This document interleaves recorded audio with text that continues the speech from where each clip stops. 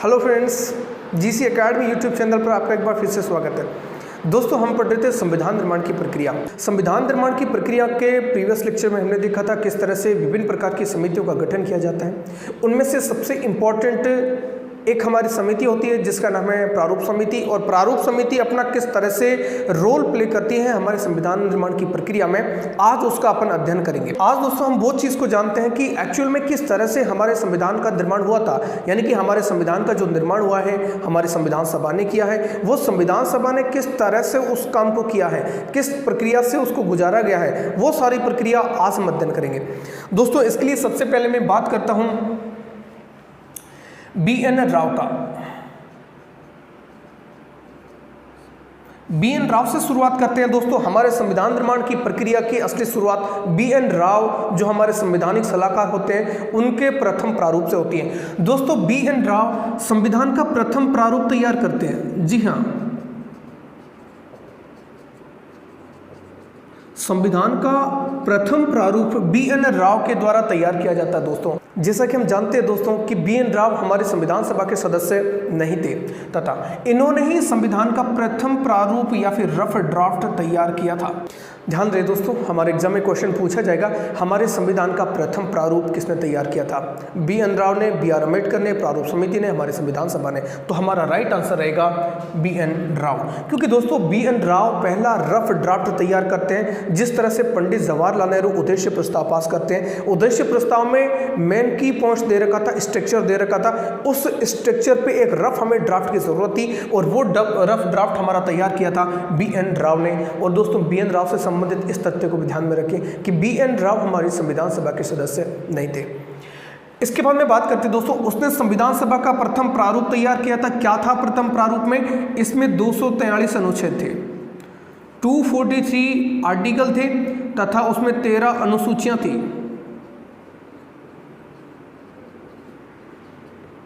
दरअसल होता क्या है, ये वाला स्ट्रक्चर पे एक ड्राफ्ट तैयार करते हैं, ये वाला ड्राफ्ट बी.एन. राव सौंप देते हैं प्रारूप समिति को। दोस्तों, प्रारूप समिति का काम अब शुरू होता है। अब यहाँ पे ये आ जाता है, आपका पहला जो ड्राफ्ट होता है ये प्रारूप समिति के पास में आ जाता है। प्रीवियस लेक्चर में दोस्तों हमने डिस्कशन किया था, हमारी प्रारूप समिति 7 सदस्य थी और जिसके अध्यक्ष डॉक्टर बी.आर. अम्बेडकर थे। अब प्रारूप समिति किस तरह से रोल प्ले करती है उसको देखें। ये वाला जो ड्राफ्ट प्रारूप समिति के सामने जाता है तो प्रारूप समिति इस पर विचार विमर्श करती है तथा संशोधित प्रारूप तैयार करती है। प्रथम प्रारूप ये हो गया, अब ये करती है संशोधित प्रारूप। ध्यान रखें दोस्तों, संशोधित प्रारूप कह दूं या फिर दूसरा प्रारूप कह सकता हूं मैं, दूसरा प्रारूप तैयार करती है हमारी प्रारूप समिति। हमारी प्रारूप समिति जब ये 243 आर्टिकल्स और 13 शेड्यूल्स पे जब अपना काम करना शुरू करती है, हमारी संविधान की प्रारूप समिति का काम अब ये होता है कि वो इस पे डिस्कशन करे, किन पॉइंट्स को ज़्यादा एलोबरेट करना है, किन को कम करना है, किस पे ज़्यादा विचार विमर्श करना है, कौन से और आर्टिकल्स ऐड करने हैं या फिर कौन से निकालने हैं। ये सारा काम किसका था? प्रारूप समिति का। अब दोस्तों, प्रारूप समिति इसमें क्या चेंज करती है उसको देखो। ये जो 243 आर्टिकल थे इसमें ये संशोधित करके 315 आर्टिकल बना देती है, 315 आर्टिकल बना देती है। जो 13 शेड्यूल्स थी उसको 8 शेड्यूल्स बना देती है। अब ये जो संविधान का प्रारूप इन्होंने संशोधित करके तैयार किया था, अब इसको ये आगे भेज देते हैं हमारी संविधान सभा के समक्ष।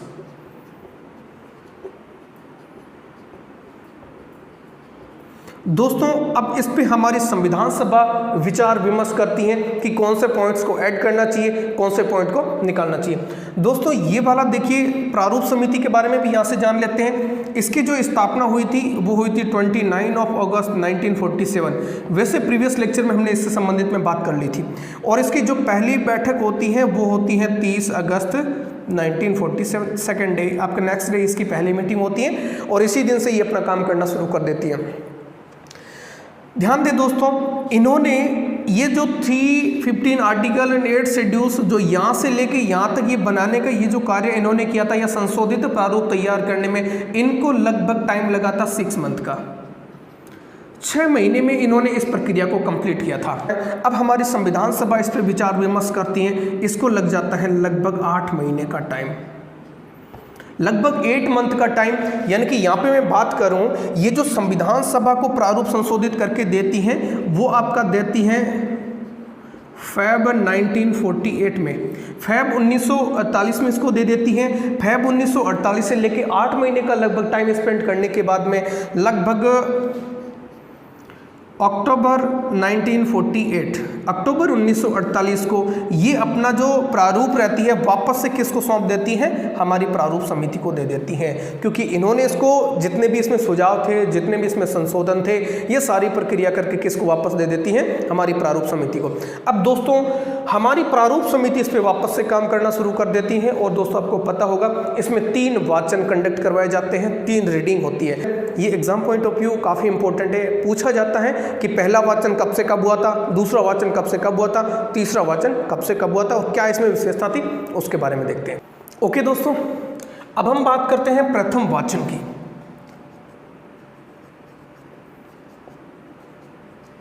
दोस्तों जो हमारा संविधान का जो प्रथम वाचन हुआ था वो वाचन हुआ था अक्टूबर में। तो हमारे पास की जो संविधान सभा से प्रारूप वापस प्रारूप समिति के पास में जाता है।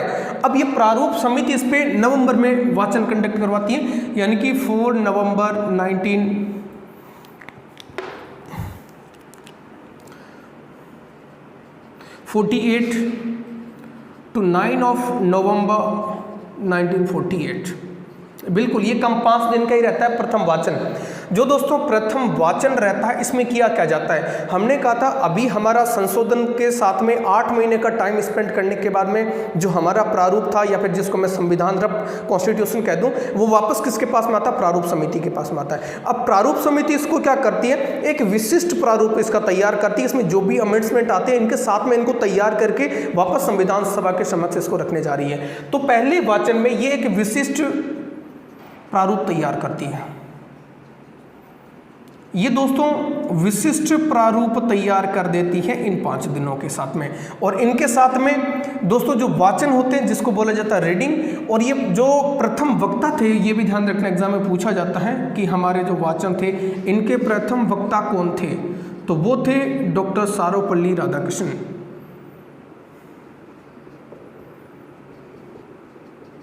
डॉक्टर सर्वपल्ली राधाकृष्णन दोस्तों पता होगा जो आगे चल के भारत के प्रथम वाइस प्रेसिडेंट बने थे। अब इसके बाद में हम बात करते हैं दूसरे वाचन की।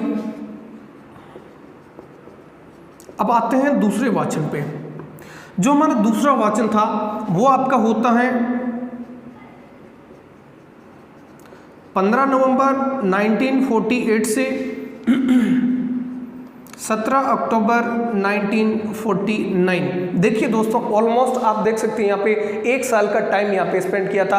क्यों इतना बड़ा टाइम यहाँ पे लगा था दोस्तों, यहाँ पे हमारा जो लगभग जो कॉन्स्टिट्यूशन अब रेडी हो चुका है, 8 महीने जो रह के आया है संविधान सभा के पास में, फिर से हमारी प्रारूप समिति के पास में आता है। प्रारूप समिति उसको जितने भी जो अमेंडमेंट थे उनके साथ में वापस से उसको तैयार करके इस वाचन में रखती है। पहले वाचन में ये काम हो जाता है जिससे आपका एक विशिष्ट प्रारूप तैयार हो जाता है ये। ओके दोस्तों, ये वाला जो दूसरा वाचन होता है अब इसमें खंडवार अध्ययन होता है, इसका खंडवार विचार विमर्श किया जाता है। दरअसल दोस्तों इसमें होता क्या है, हमारे संविधान सभा के जितने भी मेंबर्स थे हमारे संविधान सभा के पटल पे इस दूसरे वाचन में हमारे संविधान को रखा जाता है तथा प्रत्येक व्यक्ति को एक एक फोटोकॉपी इसकी पकड़ा दी जाती है तथा उसका खंडवार 22 भाग जो थे लगभग जो ऑलमोस्ट बन के तैयार होते उस 22 भाग में एक एक आर्टिकल वाइज इस पर डिस्कशन किया गया था। ओके, यानी कि इसका खंडवार विचार विमर्श किया गया था, खंडवार इसको पढ़ा गया था। और दोस्तों आपको पता होगा इन बिटवीन हमारे कितने सारे अमेंडमेंट्स आए थे। देखो यहाँ पे कितने संशोधन आए थे, यानी कि लोगों ने कहा था इस पॉइंट में और ज़्यादा जोर देने की ज़रूरत है, या फिर इस पॉइंट को हटा देने की ज़रूरत है, या फिर इस पॉइंट को और ज़्यादा बढ़ाने की ज़रूरत है। इस टाइप के मैं अमेंडमेंट की बात करूँ हमारे संविधान सभा के दूसरे वाचन में वो आया था 7653, लगभग 7653 संशोधन आए थे। क्या दोस्तों हमने इन सारे संशोधन पे डिस्कशन किया था, आपको पता होगा दोस्तों। इनमें से हमने लगभग बात करें 2573 संशोधनों पर विचार किया था, संशोधनों पे हमने विचार किया था। दूसरी इंपॉर्टेंट दोस्तों यहाँ से एक बात याद आती है कि हमारे संविधान सभा पे जो भी डिसीजन लिया गया था वो किस आधार पे लिया गया था। जैसे यहाँ से प्रतीत होता आज हमारी संसद जो भी डिसीजन लेती है वो बहुमत के आधार पे लेती है, तो आंसर ऑप्शन में आएगा कि हमारी संविधान सभा ने जो भी डिसीजन लिए थे वो किस आधार पे लिए थे, बहुमत के आधार पे, या फिर और कई तरीके दिए जा सकते हैं। तो हमारी संविधान सभा ने कोई भी डिसीजन बहुमत के आधार पे नहीं लिया था। बहुमत के आधार पर कोई भी निर्णय बहुमत के आधार पे निर्णय नहीं लिया था। तो किस आधार पे लिया था दोस्तों? ये निर्णय सहमति के आधार पे लिए गए थे कि यदि किसी आर्टिकल्स पे या फिर किसी भी बिंदु पे जब बातचीत चल रही है, विचार विमर्श चल रहा है, लगभग सारे सदस्य सहमत है, मतलब उसको अप्रूव कर दिया गया था। वहाँ किसी भी टाइप के बहुमत नहीं करवाया गया था, यानी कि वोटिंग उन दरमियान नहीं हुई थी। ये यहाँ पे एक इंपॉर्टेंट फैक्ट को ध्यान रखना है। ये तो मैं बात कर रहा हूँ दोस्तों हमारे दूसरे वाचन की, और अब मैं बात करता हूँ तीसरा और अंतिम वाचन। तीसरा वाचन दोस्तों, अब मैं ये कह सकता हूं अब हमारा संविधान यहाँ पे हम कहाँ तक पहुँच चुके, 17 अक्टूबर 1949 तक पहुँच चुके हैं, यानी कि अब हमारा जो संविधान है लगभग तैयार हो चुका है। तीसरा वाचन दोस्तों 14 नवंबर 1949 टू 26 ऑफ नवंबर 1949, ये तीसरा वाचन यहाँ पे कंडक्ट करवाया जाता है। तीसरा वाचन लगभग संविधान तैयार हो चुका है और आखिरी बार हमारे संविधान पे विचार विमर्श कर रही है हमारी संविधान सभा। और आपको पता होगा ये ऐतिहासिक डेट दोस्तों, इस दिन हमारे संविधान को अंगीकृत, अधिनियमित और आत्मार्पित कर लिया जाता है। कुछ हमारे संविधान थे वो इस दिन प्रभाव में लाए जाते हैं, यानी कि आंशिक रूप से हमारा संविधान लागू कर दिया जाता है। अब दोस्तों देखते हैं इस हिस्टोरिक डेट 26 नवंबर 1949 का भारत के इतिहास में क्या महत्व है और क्यों हमारा संविधान 26 जनवरी 1950 को पूर्ण रूप से लागू किया गया था, इसके बारे में चर्चा करते हैं। ओके फ्रेंड्स, अब हम बात करते हैं एक हिस्टोरिक डेट 26 ऑफ नवंबर 1949। क्या महत्व है भारत के इतिहास में इस डेट का दोस्तों? जैसे कि आप जानते हैं ये एक ही बहुत ही बड़ा दिन है भारत के इतिहास का। 26 नवंबर 1949 को हमारा संविधान पारित कर दिया गया था। संविधान पारित कर दिया था मतलब हमारा संविधान अंगीकृत, अधिनियमित और आत्मार्पित कर दिया था। अंगीकृत,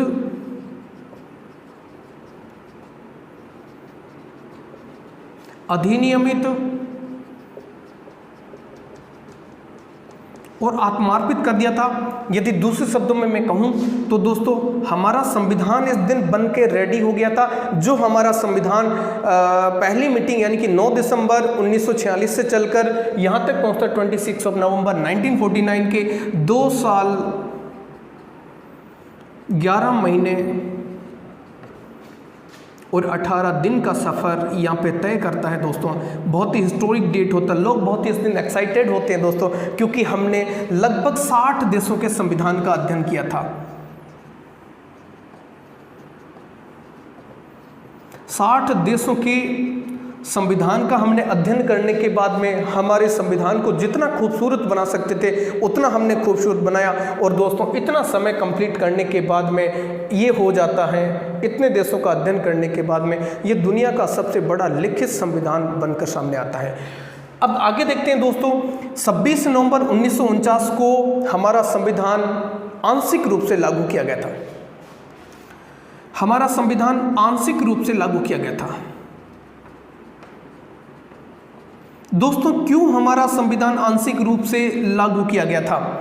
क्योंकि दोस्तों हमें पता है कि 26 जनवरी 1950 का भारत के इतिहास में बहुत बड़ा रोल रहता है। 26 जनवरी का हमारे इतिहास में एक बहुत ही महत्वपूर्ण भूमिका रहती है। आपको पता होगा दोस्तों 26 जनवरी 1930 से हम प्रत्येक 26 जनवरी को स्वतंत्रता दिवस के रूप में सेलिब्रेट करते आए थे, तथा उस दिन को इतिहास के पन्नों में महत्व देने के लिए हमने अपने संविधान को पूर्ण रूप से लागू 26 जनवरी 1950 को किया, तथा इस दिन ही हमने हमारे भारत को गणतंत्र घोषित किया।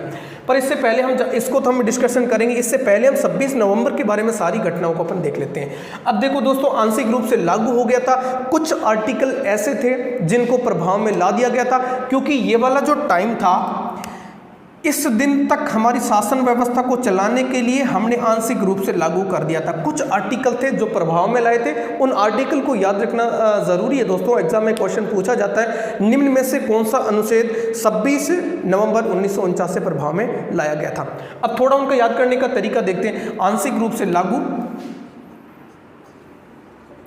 यानी कि कुल मिला के 16 आर्टिकल्स इसमें प्रभावी किए थे। 16 आर्टिकल्स इस दिन लागू किए थे दोस्तों। पहला तो सीधा क्वेश्चन ये आता है कि 26 नवंबर 1949 को कितने अनुच्छेद हमने प्रभाव में ला दिए थे। वो थे 16 अनुच्छेद। कौन कौन से थे इनके बारे में देखते हैं। थोड़ा इनको याद करने का तरीका बताते हैं दोस्तों। हमारे कॉन्स्टिट्यूशन में टोटल आर्टिकल है 395। थोड़ा याद करने का तरीका बता रहा हूं कि किस तरह से 16 अनुच्छेदों को याद किया जाए, क्योंकि एग्जाम में सीधा सा क्वेश्चन पूछा जाएगा कि निम्न में से कौन सा अनुच्छेद 26 नवंबर 1949 को प्रभाव में लाया गया था, और उसमें से एक आ जाएगा जो कि इन 16 में से होगा, और वो हमें पिकआउट करना होगा।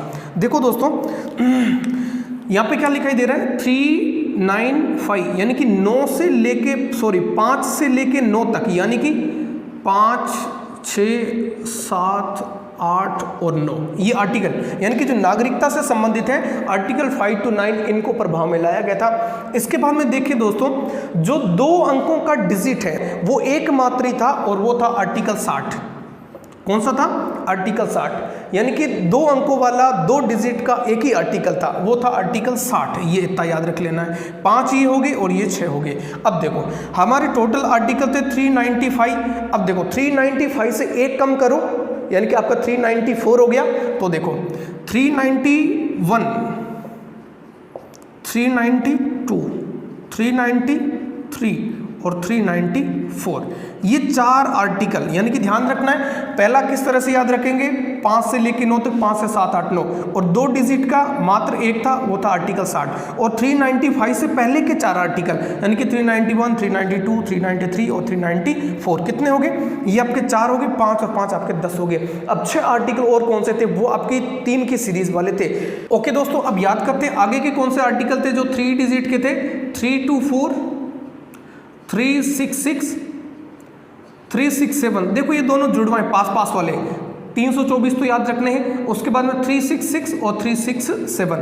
अब देखो कहाँ पे खत्म हो रहा है? 7 पे, ठीक है। तो अब आगे रखो 379, और आगे आ जाएगा उसके पास वाला जुड़वा 380। देखो पास में आ रहा है। उसके बाद में अगले की बात करते हैं 388, और वापस फिर कहाँ से शुरू हो जाता है? यहाँ से शुरू हो जाते हैं। ये 3 और 3 टोटल कितने हुए? 6 हो गए, और ये 10। टोटल कितने आर्टिकल प्रभाव में आ गए थे? 16 आर्टिकल इस दिन प्रभाव में आ गए थे। बस यही याद रखने का तरीका दोस्तों। ध्यान, यदि दोस्तों ऑप्शन आता है तो यहाँ से क्लिक किया जा सकता है। यदि 2 डिजिट के आर्टिकल आ जाए तो इसका मतलब वो मात्र एक ही था, और वो था आपका 60। और यदि 1 डिजिट का आए तो यानी कि हमारा आर्टिकल खुद कहता है 395, मतलब 5 से लेकर 9 तक, 5, 6, 7, 8, 9। उसके बाद में बात करें 395 है तो उससे पहले के 4 आर्टिकल 391, 392, 393, 394, ये आपका रह जाएगा।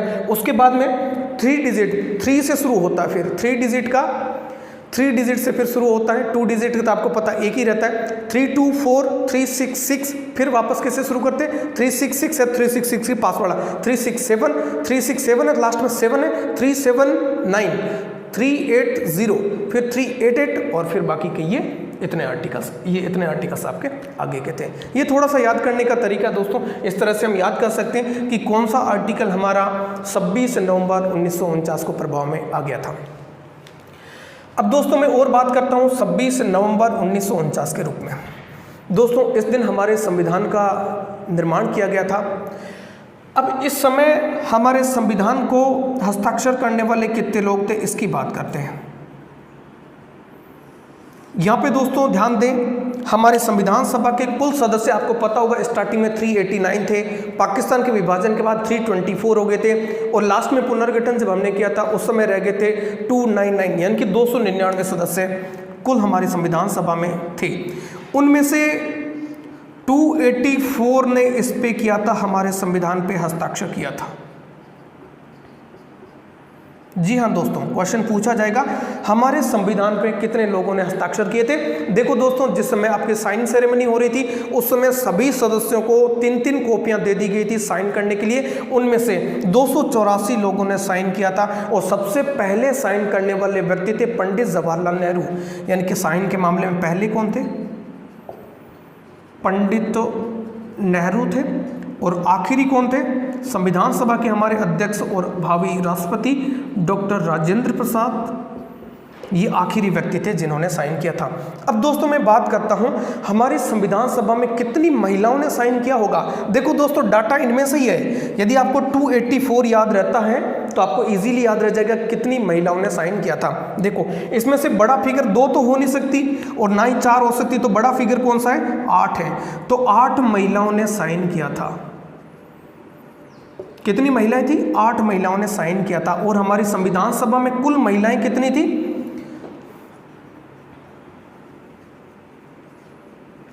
बताइए दोस्तों, कुल हमारे संविधान में महिलाएं थी, संविधान सभा में 15 महिलाएं थी। महिलाओं की जब बात की है तो एकमात्र इसमें मोमडन महिला थी, मुस्लिम महिला थी, जिसका नाम था एजाज रसूल बेगम। एजाज भी कहीं लिखा होता हमें, रसूल बेगम।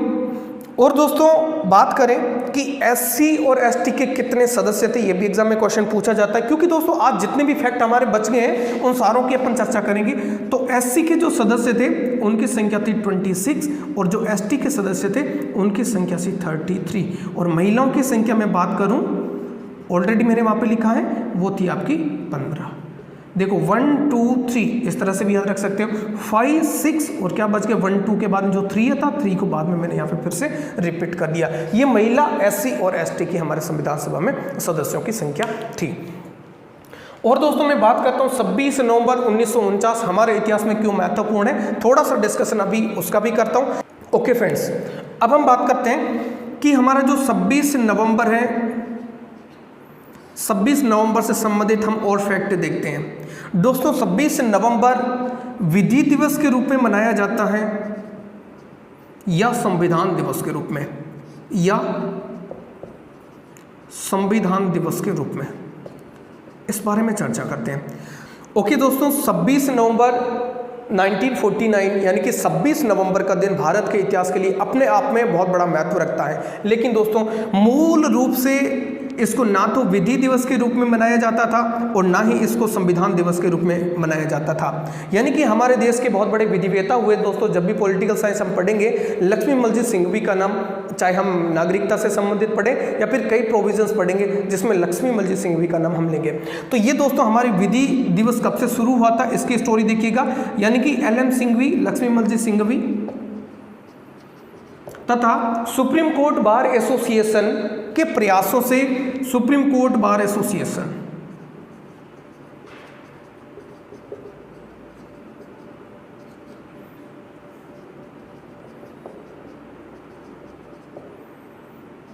सुप्रीम कोर्ट बार एसोसिएशन के प्रयासों से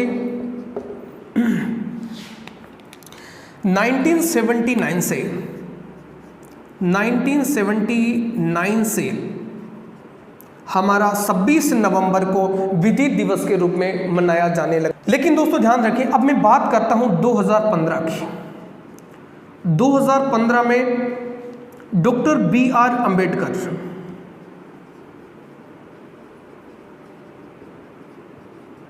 डॉक्टर BR अंबेडकर का हमारे संविधान निर्माण में बहुत ही महत्वपूर्ण रोल रहता है। जैसे कि हम बात करते हैं, हमने अभी तक पढ़ा, हमारी प्रारूप समिति का इंपॉर्टेंट रोल रहता है और प्रारूप समिति के दोस्तों अध्यक्ष थे doctor BR Ambedkar. That's why doctor BR Ambedkar को हमारे संविधान का रचयिता कहा जाता है, आधुनिक भारत का मनु कहा जाता है तथा आधुनिक मैन की संज्ञा भी इन्हें दी गई है।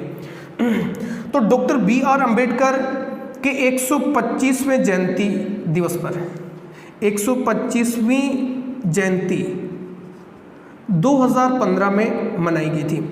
डॉक्टर बी आर अम्बेडकर की 125वीं जयंती 2015 में मनाई गई थी तथा उस ईयर के 2015 के 26 नवंबर को डॉक्टर बी आर अम्बेडकर के प्रयासों को उल्लेखित करने के लिए हमने इसको संविधान दिवस के रूप में मनाना सेलिब्रेट किया है। कब से किया दोस्तों? 2015 से। क्यों किया था दोस्तों? हमारे संविधान के निर्माता डॉक्टर बी आर अम्बेडकर की 125वीं जयंती के अवसर पे हमने उनके योगदान को उल्लेखित करने के लिए, उनके योगदान को रेखांकित करने के लिए उनके यादगार में हमने 26 नवंबर 2015 से संविधान दिवस के रूप में मनाना शुरू किया था। ये तो 26 नवंबर की विधि दिवस और संविधान दिवस के बारे में ऐतिहासिक पॉइंट है। अब दोस्तों हम जानते हैं क्यों हमारा संविधान 26 जनवरी 1950 को लागू हुआ था, इससे पहले क्या होता है। ओके दोस्तों, इससे पहले मैं एक डेट के बारे में चर्चा करता हूं। 24 जनवरी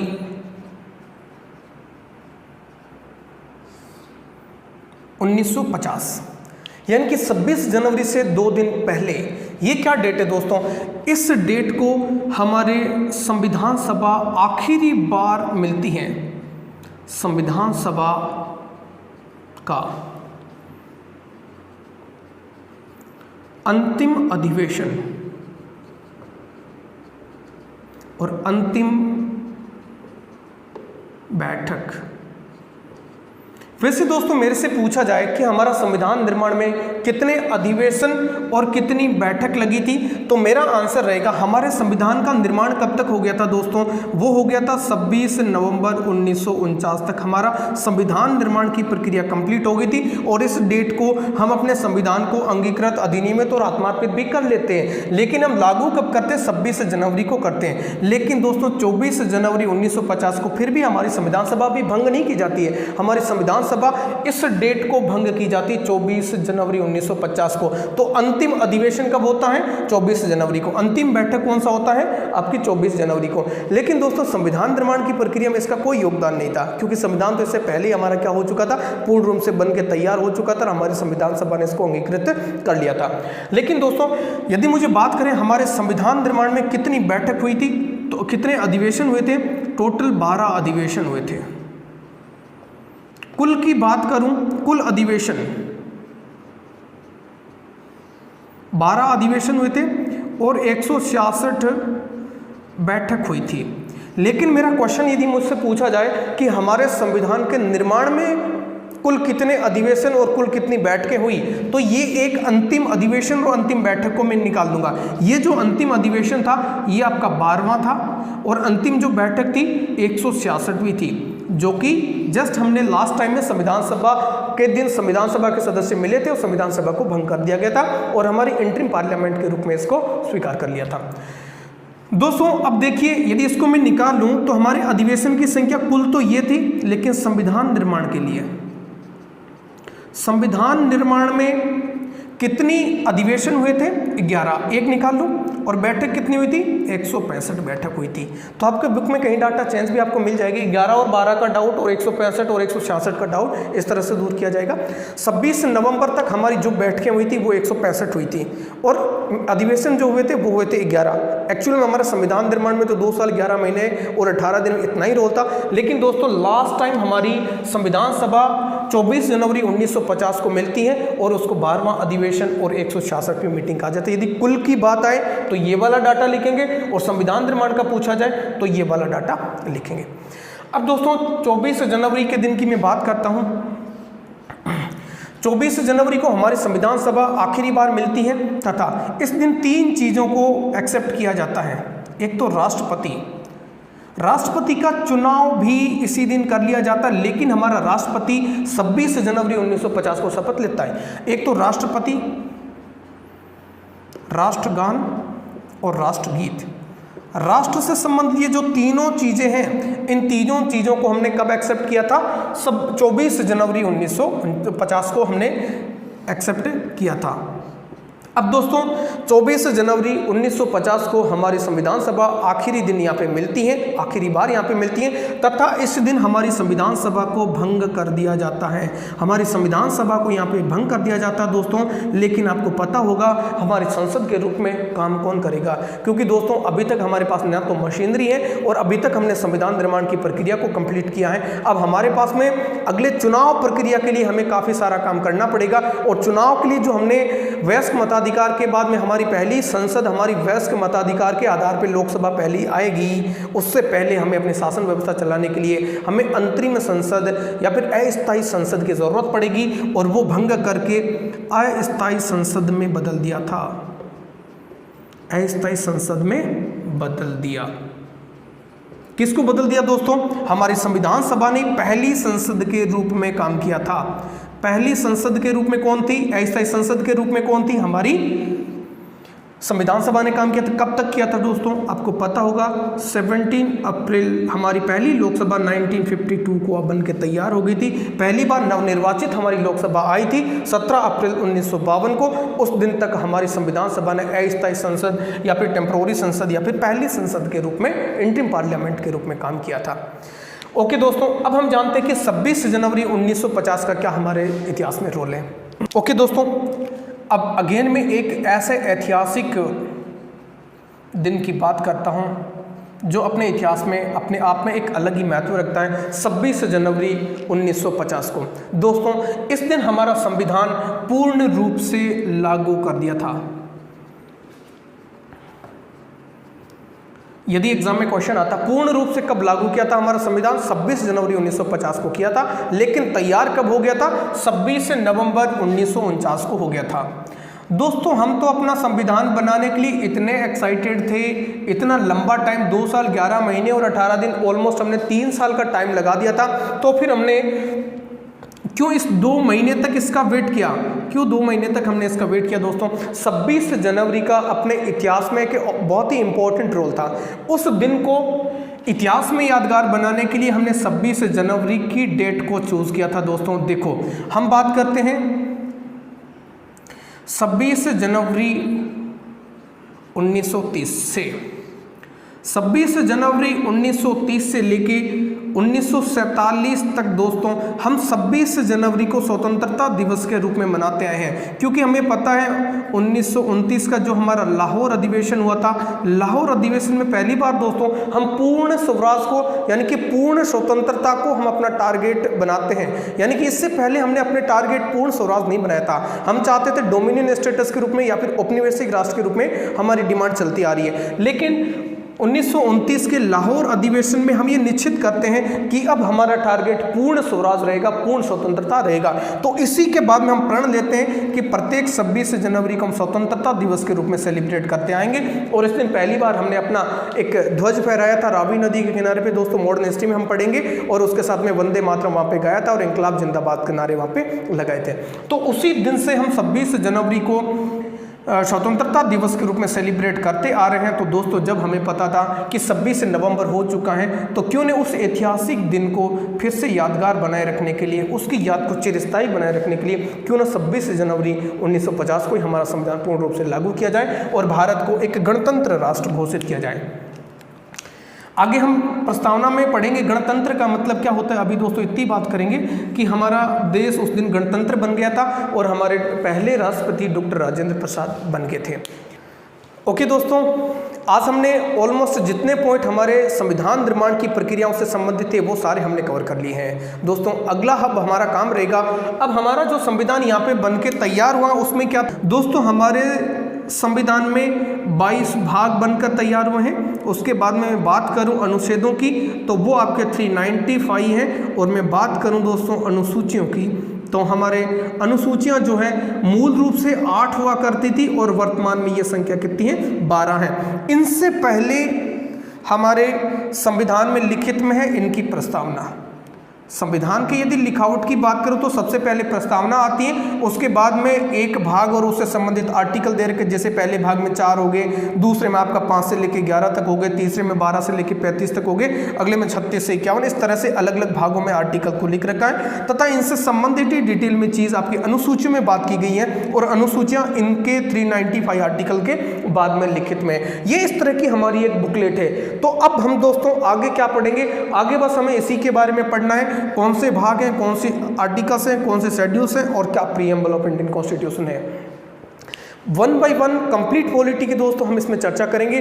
सबसे पहले हम पढ़ेंगे सोर्स ऑफ इंडियन कॉन्स्टिट्यूशन, हमारे संविधान के स्रोत कौन कौन से, कहां से कौन कौन सी चीजें हमने अडॉप्ट की हैं, फिर प्रस्तावना के बारे में पढ़ेंगे, फिर अनुसूची के बारे में पढ़ेंगे, फिर हम शुरुआत करेंगे भाग 1 से लेके भाग 22 तक। हम जो इंपॉर्टेंट है उनको पहले पढ़ेंगे और जो कम काम के हैं उनको बाद में पढ़ेंगे। जैसे पहले भाग में हम संघ और उसके राज्य क्षेत्र पढ़ लेंगे, दूसरे में नागरिकता, तीसरे मौलिक अधिकार, चौथे में नीति निर्देशित तत्व, उसके बाद में 4A जो ऐड किया गया मौलिक कर्तव्य, उसके बाद में संघीय सरकार, उसके बाद में राज्य सरकार, संघ शासित प्रदेशों के बारे में, नगर पालिकाओं के बारे में, ये सारी पंचायती राज जो 1 बाय 1 हमारी इस तरह से जो आगे आती जाएगी, हम सारे जो एस्पेक्ट हैं उन पे अपन चर्चा करते जाएंगे दोस्तों। कंप्लीट पॉलिटी पढ़ा दी जाएगी।